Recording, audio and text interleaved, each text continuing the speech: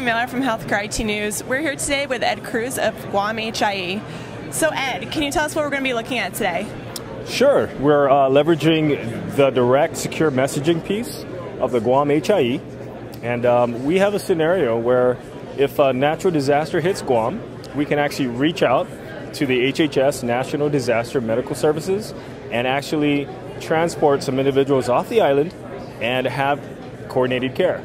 So we're going to actually take a look at that, and we're going to be able to transfer patient information securely to follow wherever these patients go when they're in need of care. All right, so I think we're going to see a little product demonstration right now. Yes, we will. Great, thank you. Sure.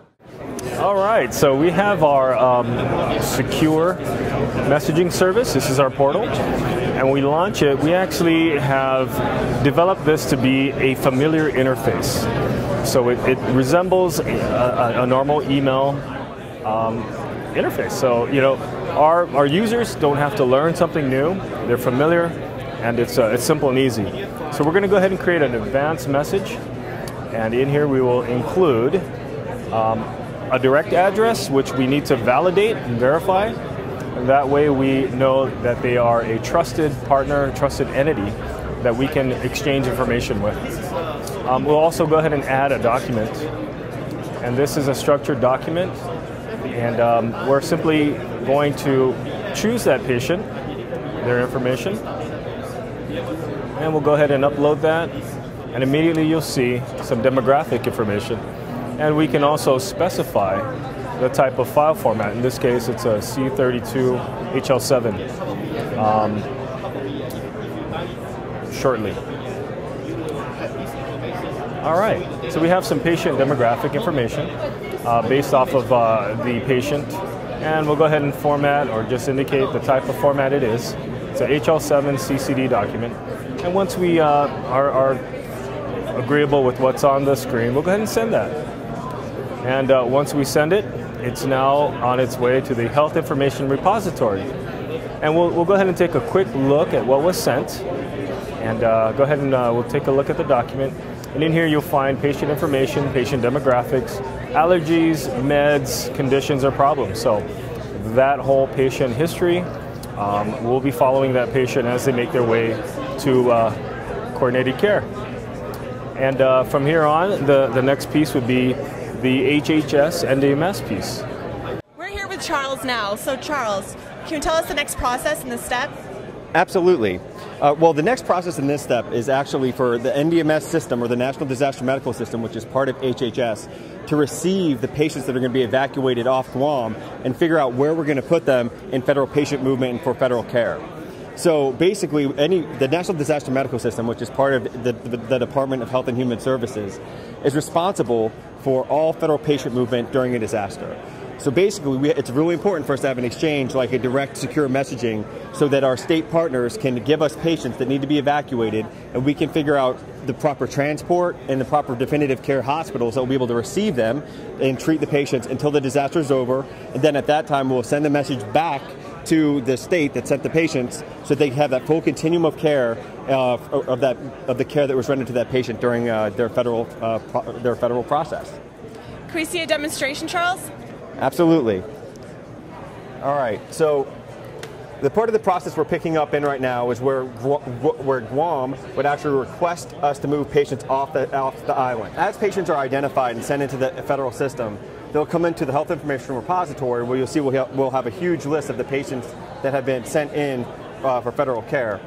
What we'll do is we'll open up one of these patient records, and we'll be able to see that this is the patient that was sent from Guam. We'll be able to get their C32 summary of care record. We'll parse it into our Health Information Repository, and we'll also have the ability to look at the full CCD document so our providers can see all the medical care that was rendered to this patient, just so they have better clinical information.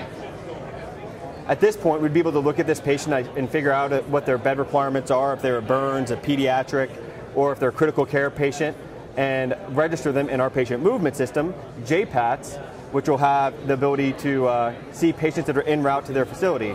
And there we go. We see we have the person that we're going to register in. All we have to do is click on register and then select a health status. So when they come in, are they a routine, critical, or what have you. And when you select that and then register the patient, they'll now be in the federal patient movement system, and we can transfer them to Hawaii so they can get out of the way of the disaster. So what Jeremy's going to do is he's going to go through here. He can pull up the patient's record.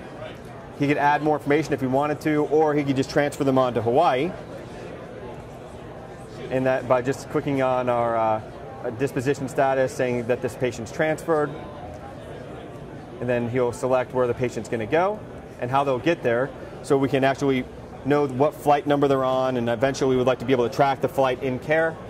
And then we'll be able to have visibility of the patient throughout the whole process. So at that point, the patient will look like he is en route to Honolulu, and the teams that we'd have on the ground in Honolulu would see all the patients that are en route to their facility, just so they have good visibility of who's coming to their site. And what Jeremy's doing is he's now pretending like we're in Honolulu and we can receive the patient. And you can see there's our patient that's en route.